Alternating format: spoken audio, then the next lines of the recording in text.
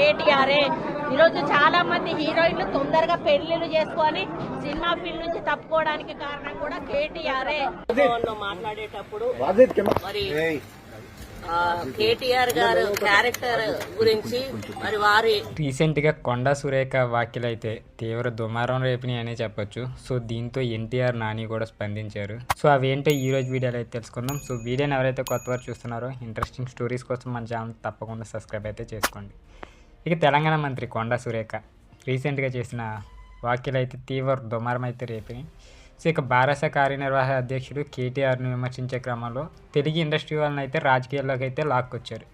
ఇక దీంట్లో ముఖ్యంగా సమంత, నాగ చైతన్య, నాగార్జున ఈ మూడు పేర్లను అయితే ప్రస్తావించడం జరిగింది. సో వారి వ్యక్తిగత విషయాలను అయితే మీడియా ముఖంతో మాట్లాడటంతో అవి కాస్త వైరల్ అయితే అవుతాయి.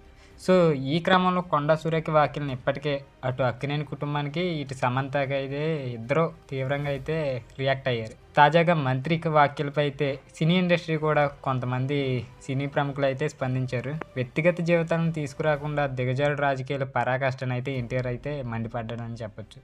సో దీంట్లో ఆధారాలు లేని ఇలాంటి వ్యాఖ్యలు చేస్తే మౌనంగా చూస్తూ ఉండమని అయితే ఎన్టీఆర్ సీరియస్ వార్నింగ్ అయితే ఇచ్చారు. ఇక కొండా సురేఖ వ్యాఖ్యలు బాధ్యరాహిత్యమని మరో నటుడు మన నాని అన్న అయితే ఆగ్రహం వ్యక్తం చేశారు.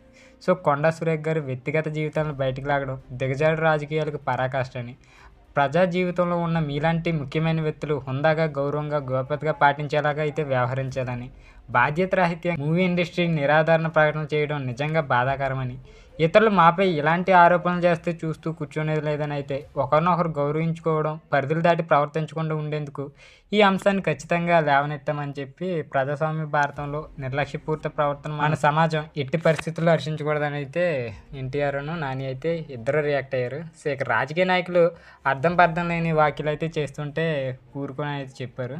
బట్ బాధ్యత లేకుండా ఇలా మాట్లాడుతున్న తీరు చూస్తే ప్రజల పట్ల మీకున్న బాధ్యత ఉందా అనిపిస్తుంది. సో ఇది కేవలం సినిమా నటులు, ఇండస్ట్రీ వాళ్ళు, ఇంకా రాజకీయ పార్టీకి సంబంధించిన అంశం మాత్రమే కాదు.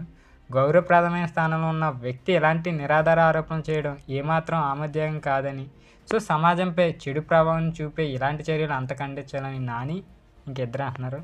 సో రీసెంట్గా రంగస్థలం సినిమాకి అసిస్టెంట్ డైరెక్టర్గా పనిచేసిన 365 డేస్ సమంత మేడం దగ్గర చూశాను, ఒక అభిమానిగా చెప్తున్నాను ఆయన కూడా చెప్పారు. ఆమె సినిమా ఇండస్ట్రీకి దొరకని వరం, ఒక ఆర్టిస్ట్గానే కాదు ఒక వ్యక్తిగా కూడా. సో చాలామంది అయితే చెప్తున్నారు. ఆ డైరెక్టర్ కూడా రియాక్ట్ అయ్యారు. ఇంకా దసరా డైరెక్టర్ శ్రీకాంత్ తోడేలా కూడా రియాక్ట్ అయ్యారు. సో ఖుష్బు చాలామంది, ఎందుకంటే ఇది ఇన్సిడెంట్ మరి ఈ రాజకీయ నాయకులకి సినీ ఇండస్ట్రీలకి ఏముంటుందో తెలియదు, కానీ ఏదొచ్చినా రాజకీయ నాయకులు అయితే సినీ ఇండస్ట్రీలో అయితే చీటికి మాటికి బయటికి లాగుతూనే ఉంటారు. సో వాళ్ళకి ఏ సీక్రెట్స్ ఉన్నాయో మనకైతే తెలియదు.